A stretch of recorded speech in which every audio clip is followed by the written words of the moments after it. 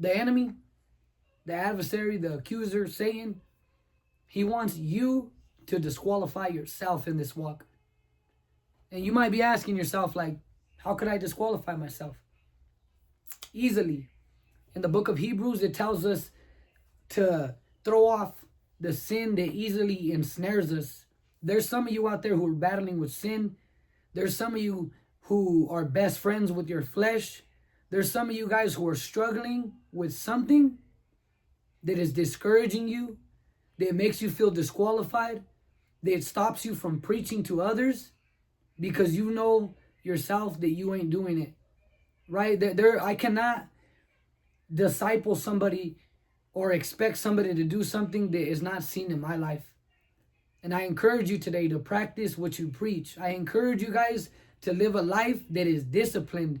And that's something that I want you guys to ask yourself today is, are you living a disciplined life, or are you comfortable with the sin that you fight with, right? Are you best friends with the flesh, or do you wake up every morning ready to kill it? I believe that in 1 Corinthians chapter 9, verse 24 through 27, Paul gives a message to the church that is encouraging, especially in these times, right? And it's beautiful the way that the word of God speaks to us today, just the way it spoke to them in those days. Paul talks about in 1 Corinthians chapter 9, verse 24 through 27, he gives us an analogy about a racer who undergoes strict training. And he talks about how they're competing for a prize that is perishable.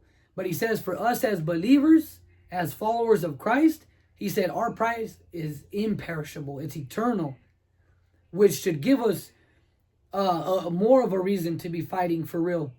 He gives us metaphors. He talks about a boxer. He says, I'm not a boxer who is shadow boxing against the air. No, he's intentional in his walk. Everything that he does it because he knows he's fighting for something that is imperishable. And that's how serious it is. That's how serious his walk is. He says, I make my body submit to the spirit, and it does what I want it to do, right? We shouldn't live a life where we just allow our body, right, to just do whatever it wants. We shouldn't allow the pleasures and the temptations to just overtake us and just do what they want. I believe that you don't know what kind of fight somebody has in them until they get hit. When somebody gets hit, you see, one, they shut down, or two, they fight back. And us as believers, we need to be fighting from a place of victory and not defeat. I encourage you guys today to read through 1 Corinthians chapter 9, verse 24 through 27, so that you can see that what Paul is not saying is go to every church and start competing with your brothers and sisters. That's not what he's saying. I believe this word that is encouraging them is personal.